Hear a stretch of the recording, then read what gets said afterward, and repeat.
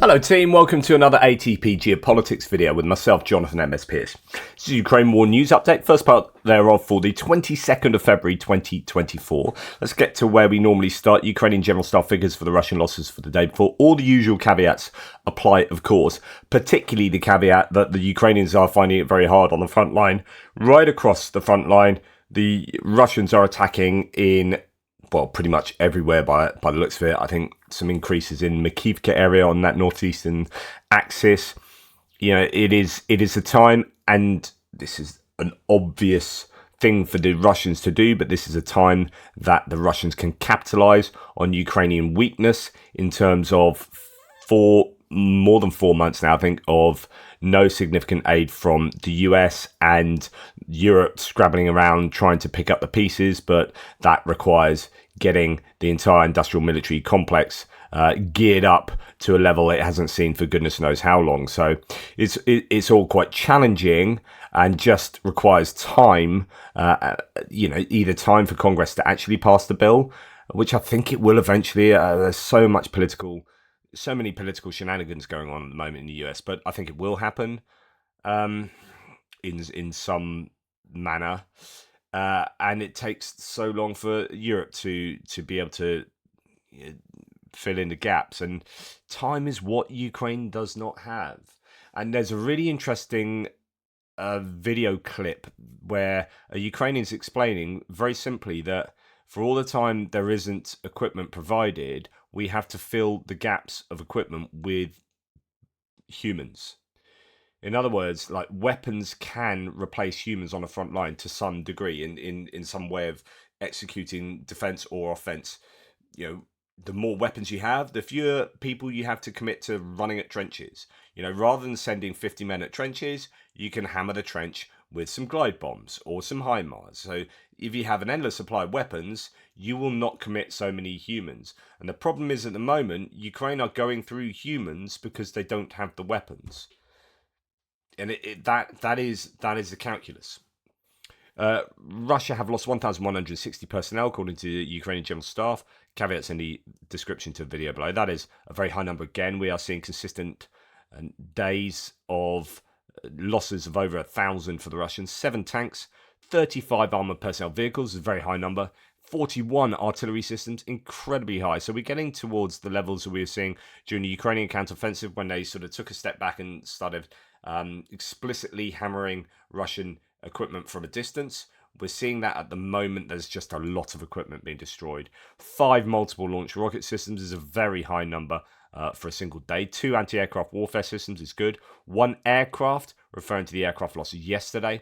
63 vehicles and fuel tanks is a huge number in that category, affecting Russia's ability to do their logistics. And 8 pieces of special equipment, equally, again, a high number for that category. So this is a very good day for the Ukrainians. The question is, as ever, what are the Ukrainian loss stats looking like? Well, let's go to Andrew Perpetua, and this is these are the loss stats probably from yesterday. We didn't have the list yesterday in time for my videos, so yeah, this is looking like the 21st.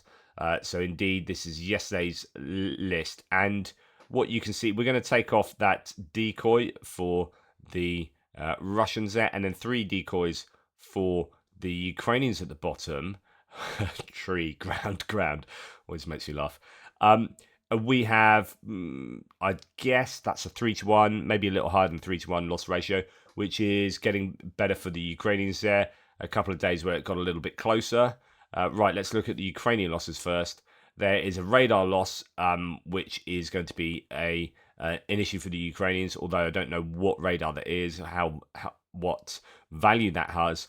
I would not include those drones, so it actually, given there are no large drones for the Russians, I would the value of drones compared to a tank is nothing really. So I wouldn't include them personally, and that takes down the loss ratio to be even more favourable to the Ukrainians. So we have 4 tanks there of T-80, T-64 and a couple of others. Some infantry fighting vehicles, Marder being a damaged Marder being the worst one there, but the 2 captured BMPs, and that would likely be as a result of Avdiivka being lost. They captured T-80 as well, although it might not necessarily be there. There are a number of places on the front line where the Russians are pushing. Humvee, a few bits and pieces. So Marder being damaged, not the end of the world, assuming it can be fixed. Let's look at the Russian losses. So we have a Murom M surveillance and comms piece of equipment, some older howitzers there, D20s and D30s. A number of tanks, including another T55, one of those older ones in there, which might tell you a story. If we've seen a couple of T55s lost recently, it might say that they are getting a little low on tanks, that they're having to push those forward. The idea was that they were brought to the front lines but kept back to be used as a kind of possibly emergency artillery, this indirect fire usage. But to lose a couple of them, I don't know. FPV drones now have a longer range. I don't know if it tells us anything particularly, but you could derive a conclusion. BTR, a number of BTR 82s there. These infantry fighting vehicles, abandoned, destroyed, damaged for the Russians. A number of APCs, MTLBs, and then your usual sort of trucks, loaves, and SUVs and cars and whatnot. So again, it's a case of a massive equipment giving a lot higher value than the Russian equipment. Than the Ukrainian equipment. I don't think there's particularly any equipment there that is hugely worrying for either side. It's just losing a lot of stuff is a problem. Right. One of the bits of footage that is going around, I obviously can't show it to you, is what took place in the Oleshki Sands area on the left bank of the Dnipro River, other side from Kherson, where Ukrainian HIMARS, as Null Report says here, visited another gathering of Russian infantry at a military training ground, this time near Podokaliivka, occupied left bank. Among the losses are Russians from the 328th Rifle Division, 810th Separate Guards Marine Brigade. So the 810th was a pretty elite Marine Naval Infantry Brigade, but they have been hammered over the course of the war, really, and particularly around Krinky recently. Now, this HIMARS was pretty devastating for the Russians. It's the third big attack, I believe, on troop accumulations of Russians in recent days, and goes towards those big numbers that you see being consistently posted. Russian channels have said their own piece on this. I mean, it wasn't a good look for the Russians, really. So Special Kherson Cat says, yesterday Russians reported the strike on a lined-up Russian infantry formation in Donetsk region. Today, the similar incident happened in Oleshki Forest area in the Kherson region. So remember, yesterday talked about the one near Volnovakha, indeed, where quite a high-ranking, I think, officer perished as well. Ukrainian sources comment regarding the strike, a training ground near Podokalinovka, Kherson region. Leadership of the Dnipro group arrived to check the fire training of Russian units that were preparing to attack the village of Krinky. Joint training was conducted by the 328th Air Assault Regiment, 810th Guards Naval Infantry Brigade, and 81st Self-Propelled Artillery Regiment. Command staff and about 60 soldiers were destroyed. As you can see, that happened there. Yep, let's go to the next one, which is a video shows strike on two formations of Russian infantry. These are located at a distance of a bit over 200 meters from each other. Oleshki Sands near Podo Kalinievka, as mentioned, approximately 22 kilometers from the front line. As Thomas Tyner says here, he actually insinuates that there are three strikes. He just, has a tongue-in-cheek go at the Russians. Russians assemble. HIMARS fires Gimler's rocket, kills most of them. Russians assemble again. HIMARS fired Gimler's rocket, kills most of them. Russians assemble again. HIMARS fired Gimler's rockets and kills most of them. There is, I think, the idea of, I think there were two separate strikes, and maybe another strike had the people who were recovering all of the casualties from one of those strike points were then another Gimler's hit. There was some talk about this being fairly good use of intelligence, time-sensitive data, and the ability for HIMARS to react pretty quickly to do their stuff. So I think the Ukrainians were fairly happy with this. There's been evidence of GLSDB ground launched small diameter bombs being used on the left bank. It's been an interesting one though. I don't know. I've seen somewhere else saying it could be JDAMs. This was actually someone's. It looks like someone said exactly what I was going to say below here. So I'll leave that. I'll read that. So anyway, there's been a strike on several story building, which I think was an HQ around Kherson left bank of the river. Footage just before the GLSDB hit. So it's obviously a high value target taken out by potentially GLSDB. But as I think he's going to say what I was thinking, it's either a waste of GLSDB or an effective usage of it. It all depends on how many Ukraine received. GLSDB are cheap compared to Gimlers and ATACMs and can be produced in significant quantities. Their range is 150 kilometers, and Ukraine only has Storm Shadows that can reach that range. So it's a really good point. So my initial reaction there was, this is not good use of GLSDB because they are for really, you want to be using them from 84 kilometers to 150 kilometers because they don't have, other than Storm Shadow cruise missiles, which will be used for different targets.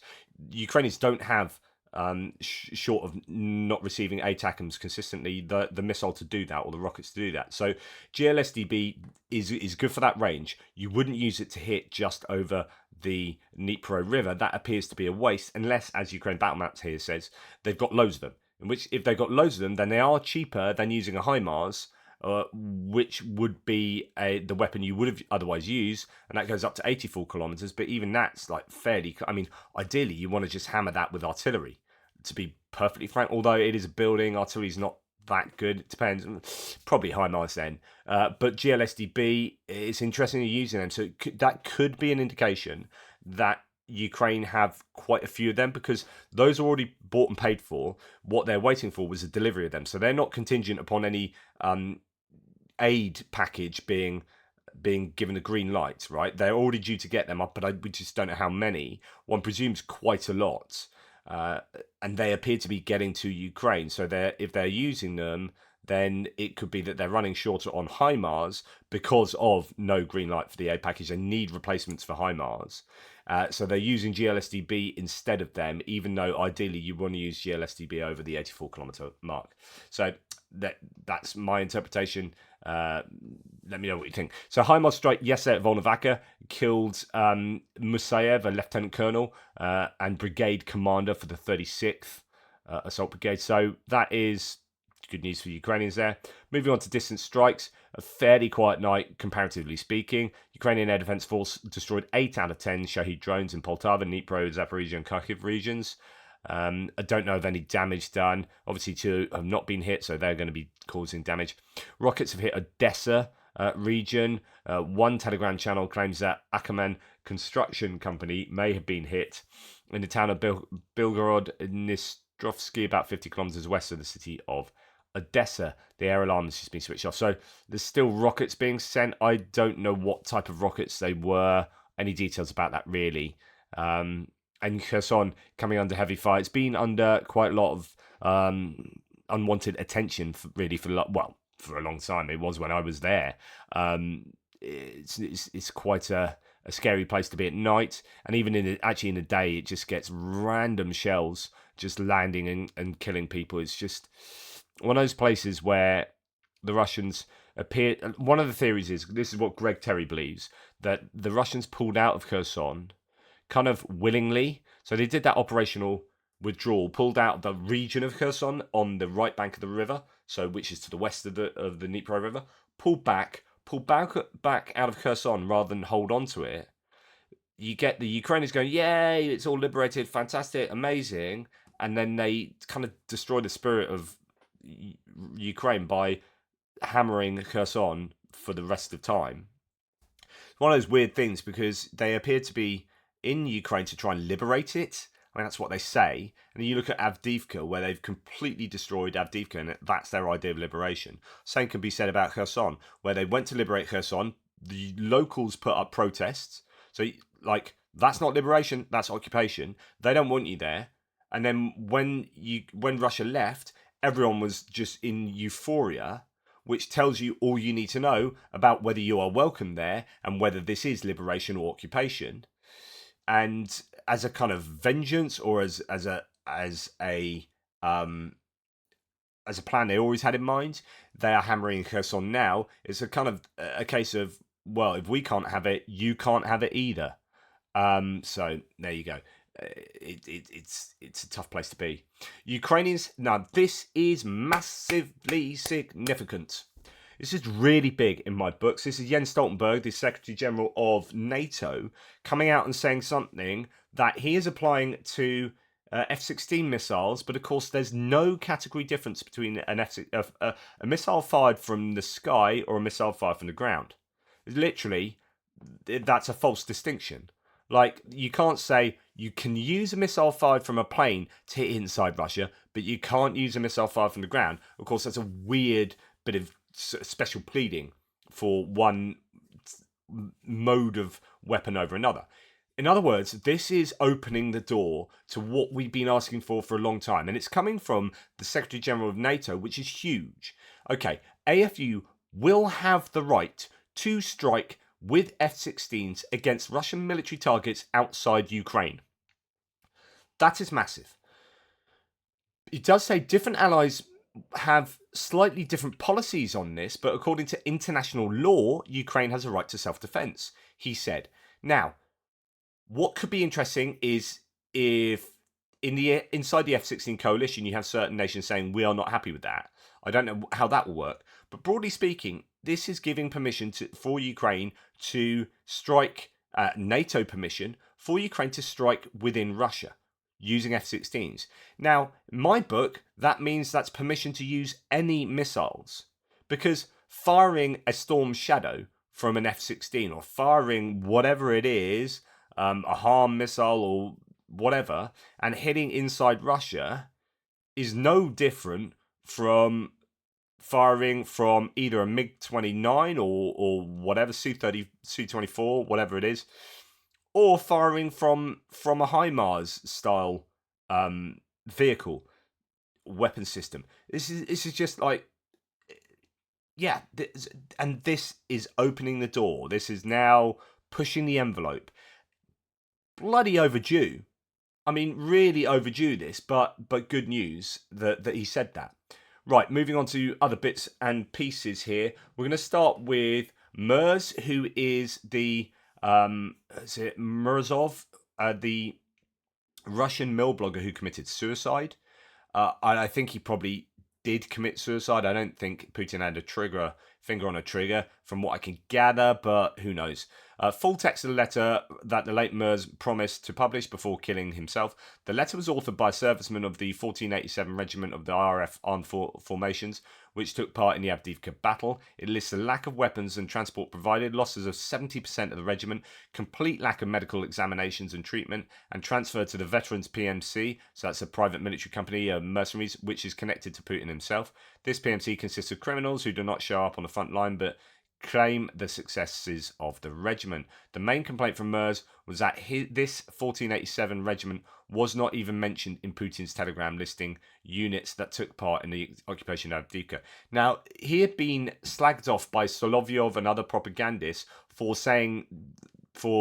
releasing sensitive information, or basically probably being accused of lying, but actually telling the truth about what's been going on the Russian front lines. And he took umbrage to that. And there was a bit of a contretemps between him and people like Solovyov. Anyway, he's ended up committing suicide, or, I don't know whether, as I say, Putin was behind it or not. I think it's important to note that the Russians have been absolutely hammered, but again, it doesn't really soften the blow that much that the Ukrainians have lost an awful lot of troops and equipment and stuff around Avdiivka. As he says, at the moment, less than 30% of the personnel in the regiment remain, so 70% taken out. And to this day, there's been no rotation or replenishment of the regiment's personnel. Most are wounded, killed, or missing. And there's no medical assistance. Yeah, all that stuff. It is not a good scene for the Russians there. But as I've said many times, it's not of too much concern to those high up in the Russian armed forces, because they'll happily trade a few kilometers for masses of lost Russian soldiers. Right, Natalia Humenyuk, the spokeswoman for the Operational Command South, said Russia is preparing another massive attack on Ukraine. Goodness me. I mean, we keep hearing this, and we're seeing it in a number of places.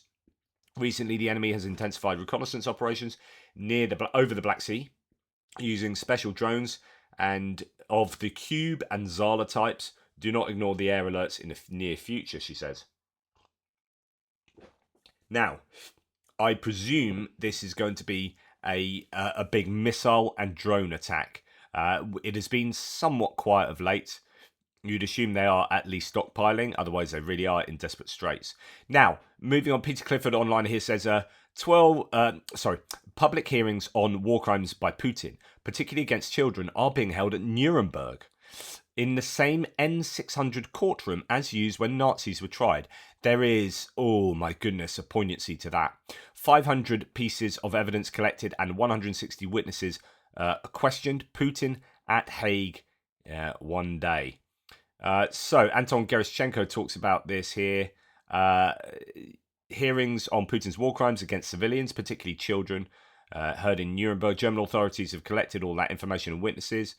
The German Minister of Justice urged eyewitnesses from Ukraine not to delete photos and videos that could contribute to the investigation of war crimes. The head of the German Ministry of Justice also expressed hope that Putin would stand trial. It is the hope we all share, says Gerashchenko.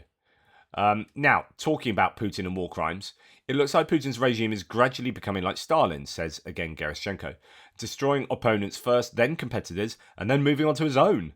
I think those in the know will be curious about this parallel. And he says, by the way, where's Gerasimov? More on that in a second. But let's go back to this idea that, again, it's.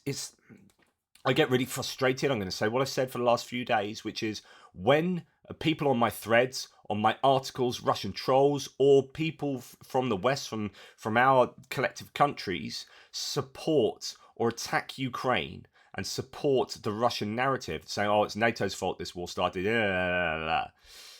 They don't seem to understand or are willfully ignoring what Russia is. It's, if you look at the latest, the 2023 press freedom ranking, they are down almost. It's funny, actually, someone the other day, an American, this is a weird thing. I assume people are American, but more often than not, they are probably Russian trolls pretending to be American to sow that discord, right? So I had a, scare quotes, American have a go at me saying, oh yeah, that's why we have the First Amendment over here. So for those who don't know, the Constitution in America has amendments where they didn't get it right the first time, so they added changes to it. The Second Amendment's famous one, of course, is the right to bear arms. First Amendment is a freedom of speech, so, right to say what you like. And this pseudo-American or American accused me of saying, well, obviously we don't have freedom of speech in the UK, and they've got the First Amendment, that's why we've got it, and that's why you suck. I was like, just don't want to rain on your parade here, matey. But just looking at a freedom of press index, the US is like 46th in the world for freedom of press. It's actually like, so if you're talking about freedom of speech, way down the list, like UK is like 26th. Most of this guy was having a go at Europe, and I was like, most of Europe, almost all of Europe is higher in freedom of speech like rankings than the US. But where I was going with this really, and I'm not having a go at US because it's ostensibly sort of fine as far as I'm concerned, freedom of speech there, as it is in Europe, but Russia is like 149th or something. It's like, it's on the last section. It's literally, behind all these terrible countries in the world. Russia is lower than them. So I get frustrated when Western commentators or your David Sachs or your Mearsheimers or whatever appear to, attack the West and attack Ukraine, and by implication say, well, Russia's all right, rather than having a right go at Russia for being a pretty terrible place, not just in like freedom of speech, but the fact is that these are the number of people, these are the people that Putin has killed recently. He kills everyone who seems dangerous to him, both the conditionally loyal and the openly oppositional. It's his demonstration of strength and power, and certainly that evidence will never be found. So Alexei Navalny, Yevgeny Prigozhin, who we know, Boris Nemtsov, who was he was such a good option for being a leader of Russia, and it never was because he was killed. Alexander Litvinenko in the UK, right? Anna Politkovskaya, who was a great journalist, investigated human rights abuses by Russia. She was she's really sadly missed. I mean, just a short selection of people that he's topped, and then all these others that have fallen out of windows over the last few years. We just got to remember who Putin is, and look at the Nuremberg N600 room and remember who he is. This is, if you are defending Russia today, anyone on my threads, that's who you're defending. Sort it out. Right, now, Gerasimov appears to have reappeared. Russia's missing armed forces chief reappears after 7 weeks. My guess is, assuming that this footage is kosher, which it appears to be, is that he was probably wounded. You don't go missing from a war that you are conducting in the middle of conducting it for 7 weeks unless something weird has happened. Especially when you're seeing lots, you disappear after it's claimed that you are either killed or injured in a strike when visiting Crimea, and then 7 weeks go by, and then you pop up pinning a few medals on people. So my bet is that I'm almost certain I kept saying that every day he's missing, the probability rises that he was killed, which is kind of obvious, and I stand by that claim. There's no corrective to what I've said here, because it's like, it's more probable that he's killed, it's more probable that he's killed, still possible that he's not. Okay, he's not been killed, but the other option there that's killed is also badly injured. And my thesis would be, with this new data, that he was probably, not certainly, but highly likely, badly injured in that strike in Crimea. Anyway, there's a Kiev Post article on that, and here's the Russians are loving this. They're saying, "Oh, you thought he's dead," blah blah blah. Typical kind of information space activity. Necromancer Gerasimov rewards troops of Avdiivka with Sector General Mordvichev. So there he is. We just get to see him kind of stand around, sit around. I can't tell how mobile he is or anything like that, and whether whether there's any indication that he was injured or not. But anyway, there you go. Right, Dmitry Medvedev said that Russia will not stop until it captures Kyiv and called Odessa a Russian city. Medvedev said that in order to, quote, achieve the goals of the special operation, we will have, because there's nothing like freedom than not being able to say the word war. Achieve the goals of the special operation, we will have to reach Kyiv. According to him, if the Kremlin fails to do it now, they will do it after some time. Kremlin believes that Kyiv is a threat to Russian existence, and anyway, it is a Russian city. Medvedev also mentioned Odessa, which he called a Russian city. Odessa, come back home. We have been waiting for Odessa in the Russian Federation, he said. Right. Now, we need to listen to what the Russians are saying. All this kind of pushing for peace, negotiation, or not providing weapons, they're very openly saying what they mean. So, Odessa, come back home. We've longed for Odessa in the Russian Federation, even because of the history of this city, what people live there, and what language they speak. This is our Russian city. They're telling you very clearly what they're trying to do. Ukraine's foreign minister, Dmytro Kuleba, has told CNN that Ukraine wouldn't have lost the city of Avdiivka if Congress had approved additional assistance to Ukraine. As Republicans against Trump says, Avdiivka is a House Republican gift to Putin. Now, this is interesting. I mention this because this is the first time that it's been so explicitly linked by someone as important as Dmytro Kuleba.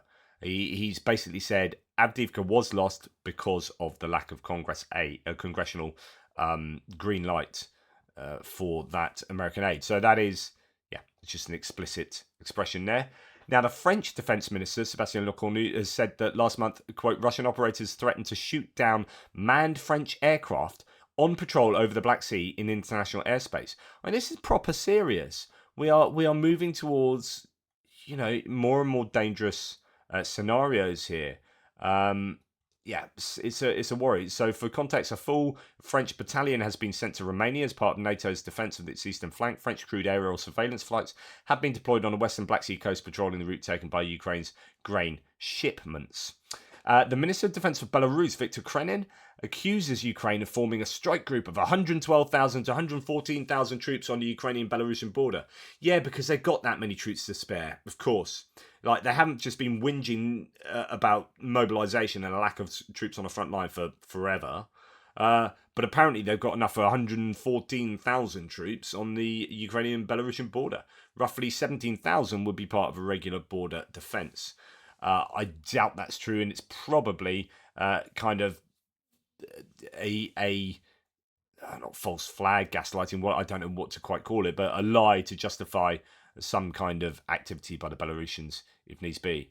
And then just to remind people that Avdiivka is an example of Russian liberation, and it is heartbreaking. The once prosperous Ukrainian city is now simply wiped off the face of the earth. Not a single surviving building remained in the city. Thousands of civilians' bodies remain under the rubble of residential buildings. That is what Russian liberation looks like. Just remember that. And we've seen it in Bakhmut. We've seen it in Mariinka. We've seen it in Vuhledar. We have seen it in Avdiivka now. And we are in the process of seeing it in Kherson. And I've seen it with my own eyes. I've seen places in Izium.